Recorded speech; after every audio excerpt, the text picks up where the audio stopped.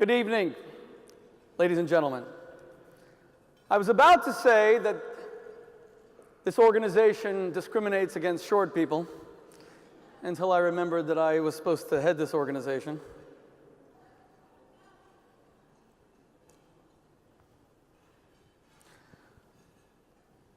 What an incredible evening, and thank you all for joining us.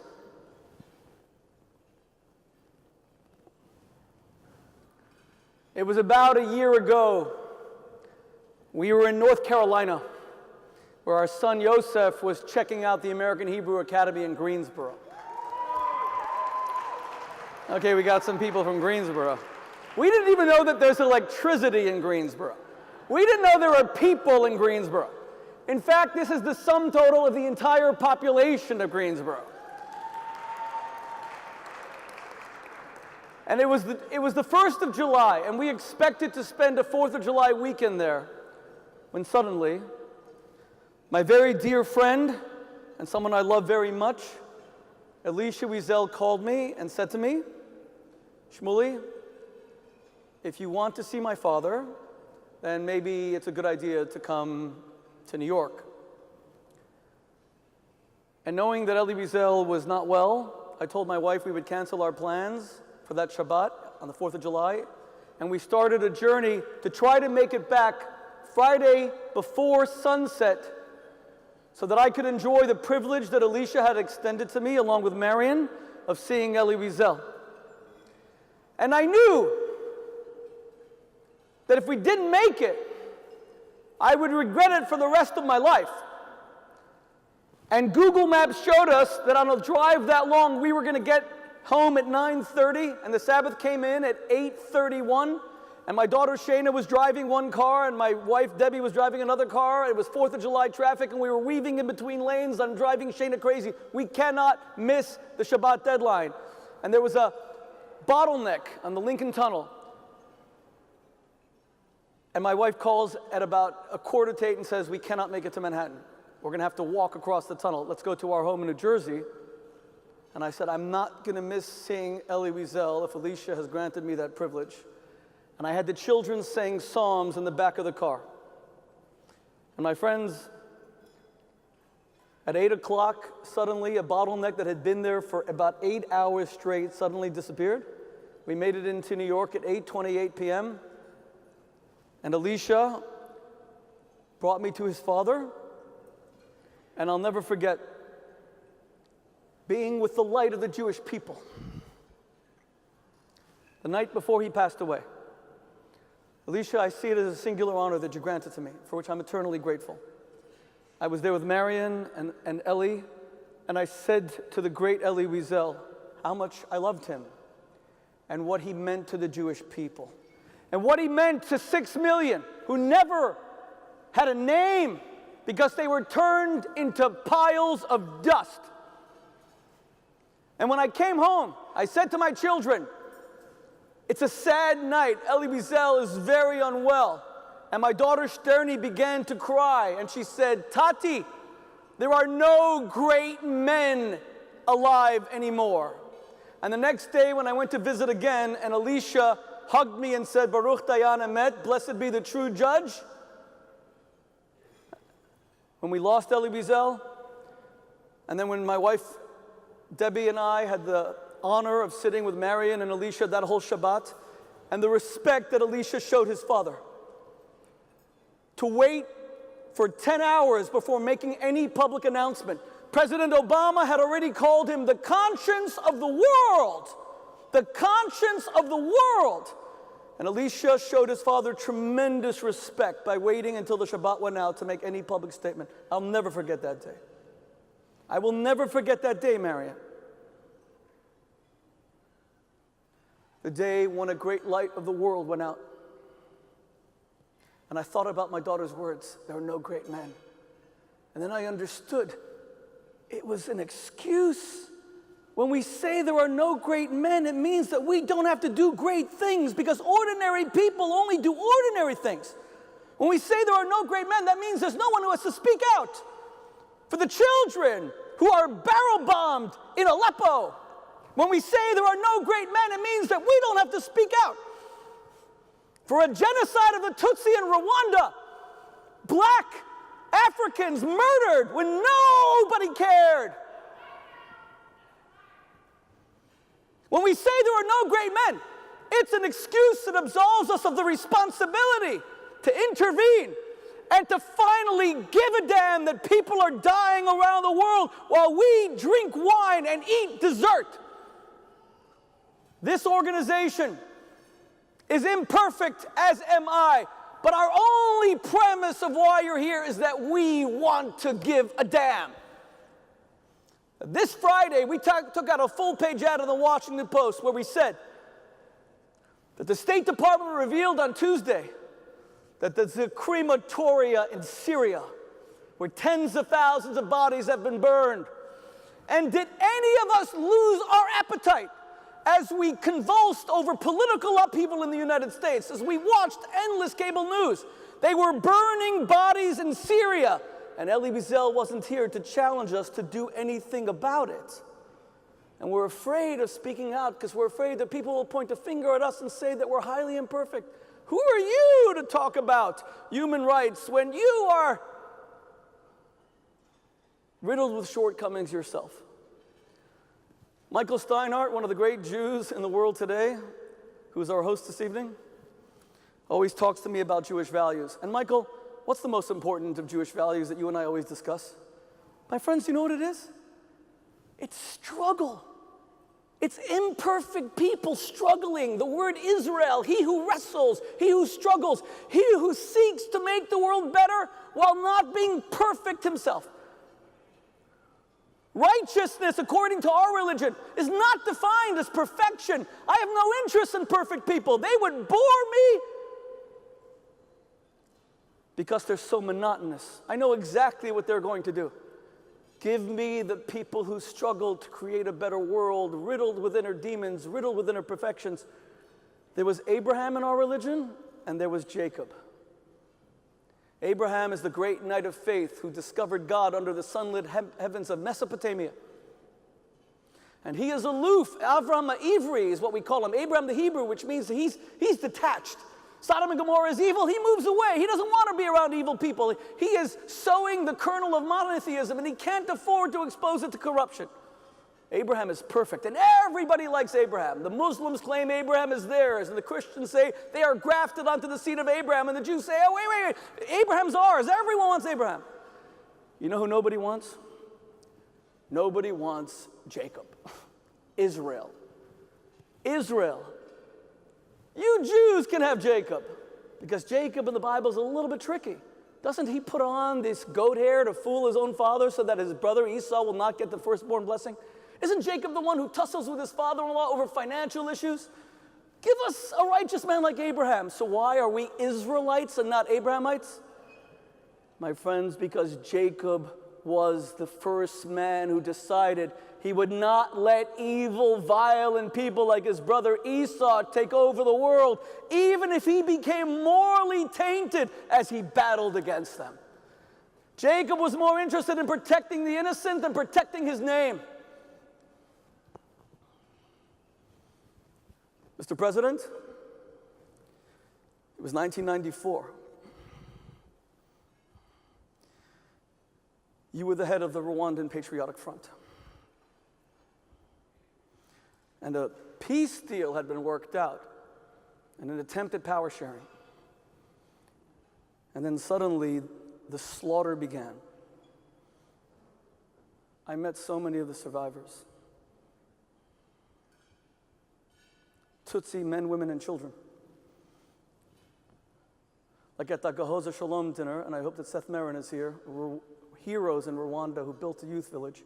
I've met the survivors. Mr. President, the violence broke out, and they were hacking Tutsis to death, and moderate Hutus. They were hacking Tutsis to death. They were hacking them to death. And the United Nations had peacekeeping forces. They're not controversial. And then they withdrew the peacekeeping forces. And Romeo Dallaire, the commander, decided he's going to at least stay there to protect the UN safe zones. But there were no safe zones. And one man decided that he would fight for his people, that he would launch a battle. And you said one thing over and over again, Mr. President, when you were told, keep the peace, be Abraham, don't be controversial, stop exposing your name, peace. And your response was, not until the killing stops. Not until the killing stops. Not until the killing stops. Because it's not normal to have a country where rivers are dammed by human bodies. Because it's not normal for me to meet someone 18 years later, a woman, I'm there with my wife Debbie, and Debbie's trying to hug her, and she recoils. And we said, what's wrong? And she said, and the person from who's escorting us to meet her says, she doesn't mean to be unhospitable. She had a baby, and she had a husband. And the genocide dares came in, and after shooting her husband, they took her baby and smashed its skull against a wall, and then she was raped by 18 men, so she can't hug anyone. She has lost the capacity to be touched by human kindness, the most human thing of all. And Mr. President, you said you will continue to fight until the killing stops. And I honor you for that, Mr. President. I honor you for protecting your people. I honor you for protecting your country. I honor you for being the only man alive to have stopped the genocide. God bless you, Mr. President.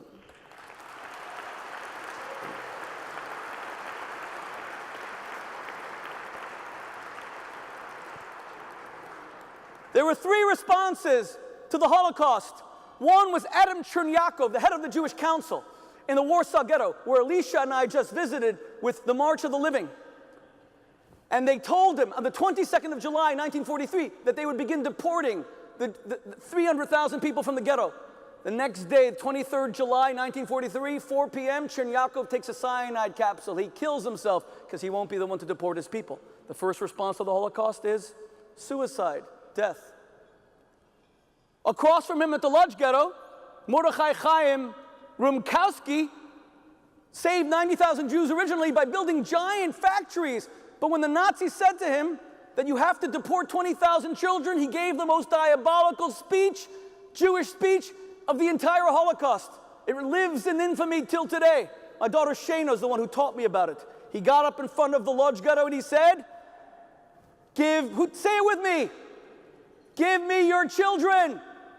Turn your children over. The second response,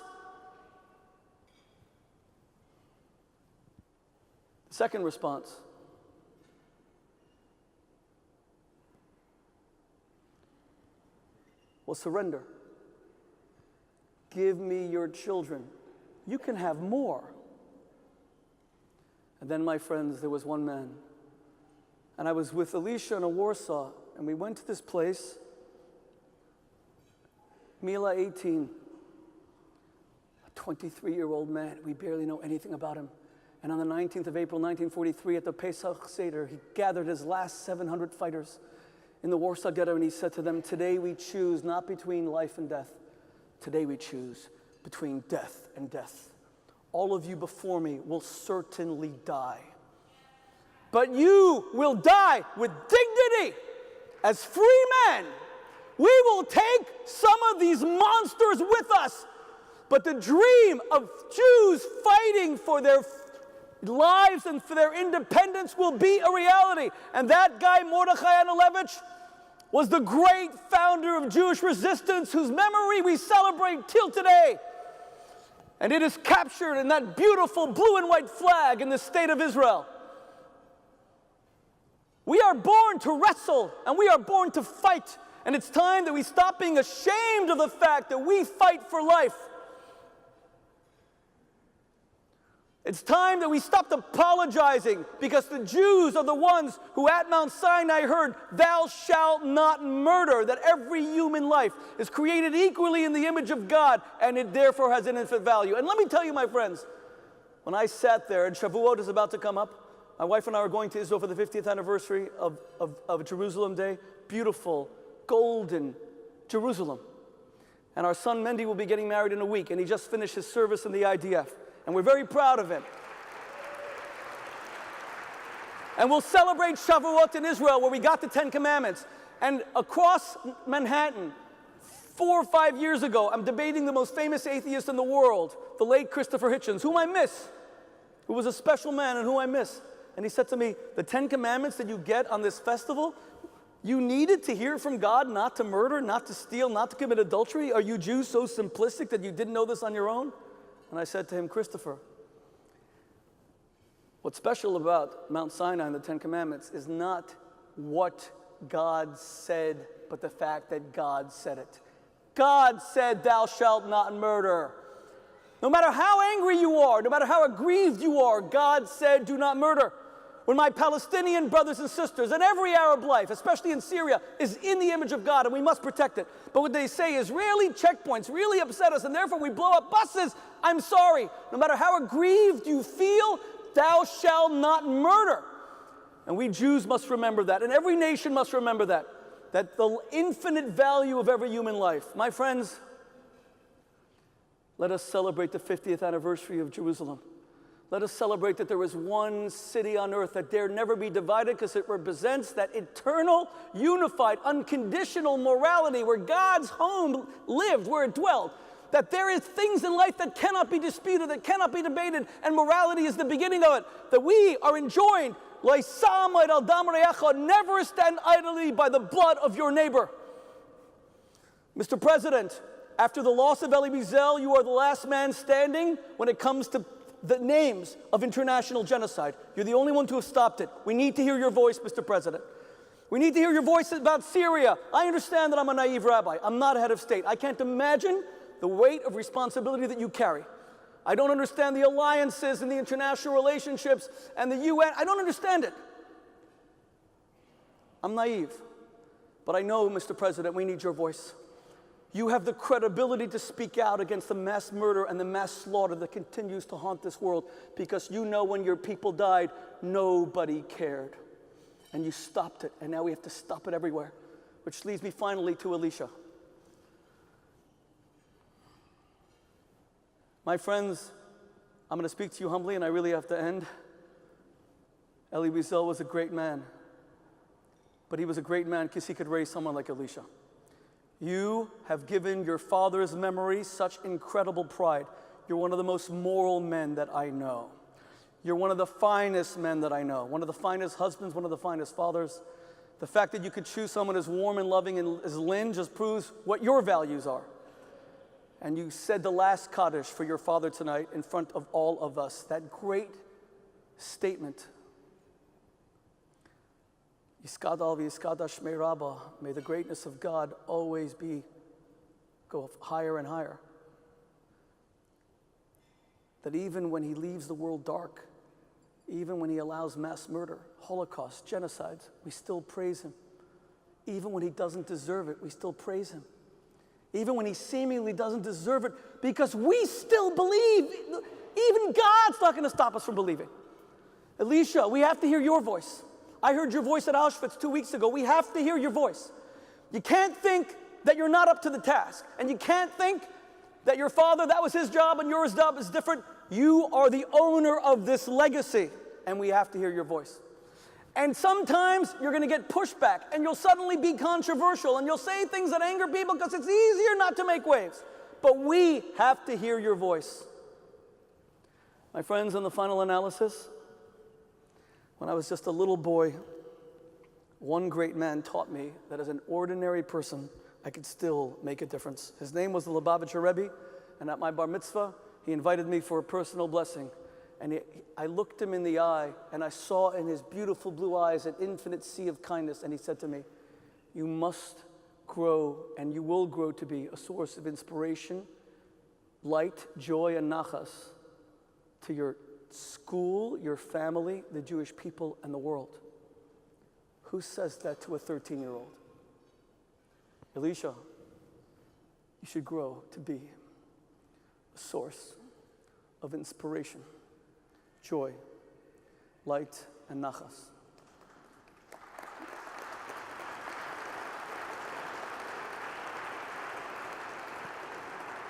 to your mother Marian, to your father's memory, to the Jewish people and the world.